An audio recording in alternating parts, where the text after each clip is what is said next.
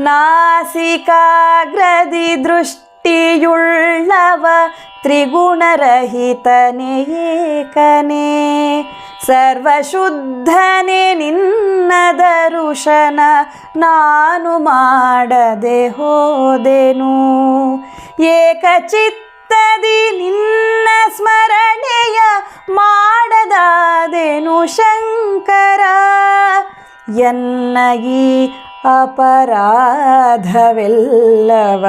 ಕ್ಷಮಿಸು ಶಿವನೇ ನಿರಂತರ ಎನ್ನ ಈ ಅಪರಾಧವೆಲ್ಲವ ಕ್ಷಮಿಸು ಶಿವನೇ ನಿರಂತರ ವಸ್ತುವಾಹನ ರಾಜ್ಯ ಮೋಹ ಧನ ಕನಕಗಳ ಮೋಹದಿ ಬಂಧು ಬಾಂಧವ ಪಶುಗಳಿಂದ ಎನಿತು ಆತ್ಮಕ್ಕೆ ಲಾಭವು ನೀರ ಮೇಲಿನ ಗುಳ್ಳೆಯಂತಹ ಕ್ಷಣಿಕಾಸೆಯ ಬಿಡಿಸುತ್ತ ಗುರುವ ನೆನೆದು ಪಾರ್ವತೀಪತಿ ನಿನ್ನ ಭಜನೆಯ ಮಾಡಿಸು ಗುರುವ ನೆನೆದು ಪಾರ್ವತೀಪತಿ ನಿನ್ನ ಭಜನೆಯ ಮಾಡಿಸು. ಹರಿ ಓಂ ನಮಸ್ತೆ. ಜಗದ್ಗುರು ಶ್ರೀ ಶಂಕರ ಭಗವತ್ಪಾದಾಚಾರ್ಯ ವಿರಚಿತ ಶಿವಾಪರಾಧ ಕ್ಷಮಾಪಣಾ ಸ್ತೋತ್ರವು ಆಚಾರ್ಯರ ಹೃದಯ ಸ್ಪರ್ಶಿ ಕೃತಿ. ಭಕ್ತನ ವಿನಯ, ಆತ್ಮಪರಿಶೋಧನೆ, ಹಿಂದಿನ ತಪ್ಪು ಪ್ರಮಾದಗಳ ಬಗೆಗಿನ ನಿಸ್ಸಂಶಯ ಪಶ್ಚಾತ್ತಾಪವನ್ನು ಈ ಸ್ತೋತ್ರವು ಅತ್ಯಂತ ಭಾವಪೂರ್ಣವಾಗಿ ನಿವೇದಿಸುತ್ತದೆ. ಕರುಣಾಸಾಗರನಾದ ಮಹಾದೇವ ಶಂಭುವಿಗೆ ಈ ಸ್ತೋತ್ರಗಳು ಸಮರ್ಪಿತವಾಗಿದ್ದು, ಆತನ ಕ್ಷಮೆಗಾಗಿ ಪ್ರಾರ್ಥನೆಯ ರೂಪದಲ್ಲಿ ಅಜ್ಞಾನ, ಅಶುದ್ಧತೆ ಮತ್ತು ಮಾನವ ದೌರ್ಬಲ್ಯಗಳನ್ನು ಮೀರಿ ಉದ್ಧಾರವನ್ನು ಹಾತೊರೆಯುವ ಭಕ್ತನ ಪಶ್ಚಾತ್ತಾಪ ಮನೋಭಾವದ ಆರ್ದ್ರತೆಯ ಪರಾಕಾಷ್ಠೆಯನ್ನು ತೋರುತ್ತವೆ.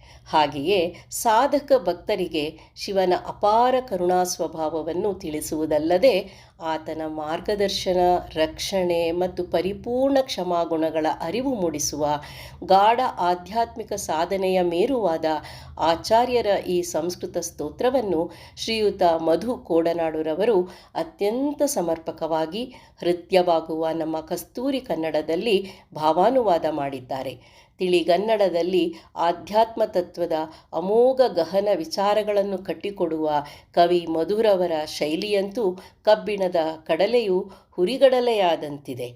ಅವರ ಮನೋಜ್ಞವಾದ ಸಮರ್ಪಣೆಯ ರಸಭಾವ ಹೃದ್ಗತವಾದಲ್ಲಿ ಎಂಥವರಿಗೂ ಕಣ್ಣಂಚಿನಲ್ಲಿ ಕಂಬನಿ ಮೂಡದಿರದು.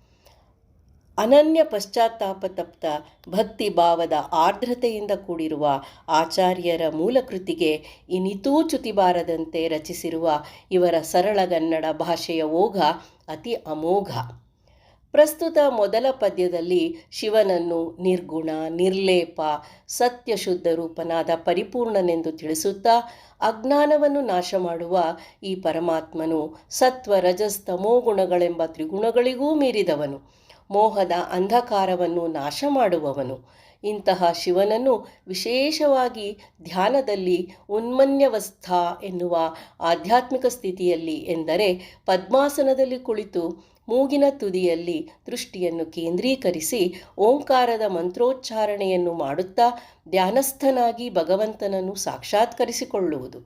ಇದು ಸಾಧ್ಯವೆಂಬ ಅರಿವಿದ್ದರೂ ಅನುಷ್ಠಾನ ಮಾಡದ ತನ್ನ ತಪ್ಪನ್ನು ಮುಚ್ಚಿಕೊಳ್ಳದೆ ಒಪ್ಪಿಕೊಳ್ಳುವ ಸಂಗತಿ ಏನೆಂದರೆ, ತಾನೀವರೆಗೂ ಎಂತಹ ಪರಮಾದ್ಭುತವಾದ ಶಿವನನ್ನು ಆ ರೀತಿ ಸರಿಯಾಗಿ ಧ್ಯಾನಿಸಿಯೇ ಇಲ್ಲ, ಸ್ಮರಿಸಿಲ್ಲ, ಮನದಲ್ಲಿ ಎಂದೂ ಸ್ಥಿರಗೊಳಿಸಿಲ್ಲ ಎಂಬುದು. ಹಾಗೂ ಇದು ತನ್ನ ದೊಡ್ಡ ಅಪರಾಧವೆಂದು ಅರಿತು ಕ್ಷಮೆ ಕೋರುತ್ತಾ ವಿನಮ್ರವಾಗಿ ವಿಧೇಯತೆಯಿಂದ ನಾಚಿಕೆ ಭರಿತ ಹೃದಯದಿಂದ ತನ್ನ ಮರವು ಅಲಕ್ಷ್ಯಗಳನ್ನೆಲ್ಲ ಕ್ಷಮಿಸೆಂದು ಮಹಾದೇವ ಶಂಭುವಿನಲ್ಲಿ ಪ್ರಾರ್ಥಿಸಿದ್ದಾರೆ. ಮುಂದಿನ ಪದ್ಯದಲ್ಲಿ ಜಗತ್ತಿನ ನಶ್ವರತೆಯನ್ನು ಬೋಧಿಸುತ್ತಾ ಈ ಲೋಕದಲ್ಲಿ ಮನುಷ್ಯರು ಸಂಪಾದಿಸುವ ಧನ, ಅಧಿಕಾರ, ರಾಜ್ಯ, ಮನೆ ಅಷ್ಟೇ ಏಕೆ ಈ ದೇಹ, ಮಕ್ಕಳು, ಪತಿ, ಪತ್ನಿ, ಸ್ನೇಹಿತರು, ಪಶುಗಳು, ವೈಭವ, ಆಸ್ತಿ, ಸ್ಥಿತಿ, ಪ್ರತಿಷ್ಠೆಗಳೊಂದೂ ಶಾಶ್ವತವಲ್ಲ. ಇವೆಲ್ಲ ನೀರ ಮೇಲಿನ ಗುಳ್ಳೆಗಳಂತೆ ಈಗಿದ್ದು ಇನ್ನೊಂದು ಕ್ಷಣಕ್ಕೆ ಮಾಯವಾಗುವಂತಹವು. ಮನುಷ್ಯರು ಇವುಗಳನ್ನು ಶಾಶ್ವತವೆಂದು ಭ್ರಮಿಸಿ ಅವುಗಳಲ್ಲಿಯೇ ಮಮಕಾರ ಮತ್ತು ಅಹಂಕಾರಗಳನ್ನು ಸೇರಿಸಿಕೊಂಡು ದುಃಖಕ್ಕೆ ಒಳಗಾಗುತ್ತಾರೆ. ಮನಸ್ಸು ಇವುಗಳಿಂದ ದೂರವಾಗಿ ಗುರುಗಳು ತೋರಿದ ಸತ್ಪಥದಲ್ಲಿ ಸ್ವಯಂ ಆತ್ಮೋದ್ಧಾರಕ್ಕಾಗಿ, ಭಗವಂತನ ಸಾಕ್ಷಾತ್ಕಾರಕ್ಕಾಗಿ ಪಾರ್ವತೀ ವಲ್ಲಭನಾದ ಶಿವನಲ್ಲಿ ಭಕ್ತಿಯಿಂದ ಅನವರತವೂ ಭಜಿಸುವಂತಾಗಬೇಕು.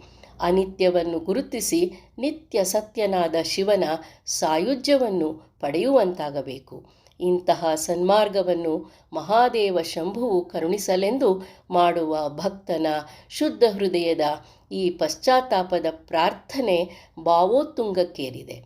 ಹೀಗೆ ಭಗವಂತನನ್ನು ಮರೆಯದೆ ಗುರುವಿನ ಮಾರ್ಗದರ್ಶನದಂತೆ ಶಾಶ್ವತ ಮೌಲ್ಯವಾದ ಆತ್ಮಜ್ಞಾನವೇ ನಿಜವಾದ ಗುರಿ ಎಂದು ಈ ಬದುಕಿನಲ್ಲಿ ಅಳವಡಿಸಿಕೊಂಡು ಬಾಳನ್ನು ಹಸನಾಗಿಸಿಕೊಳ್ಳಬೇಕಿರುವುದು ನಮ್ಮೆಲ್ಲರ ಧರ್ಮ.